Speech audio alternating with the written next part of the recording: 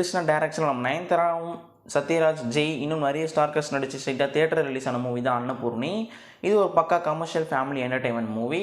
குக்கிங்கில் எப்படி பெரிய செஃப் ஆனுன்றதை பேஸ் பண்ணி இந்த மூவியை சூப்பராக ஸ்க்ரீன் பே கொடுத்து டைரக்ஷன் பண்ணி எடுத்திருப்பாங்க.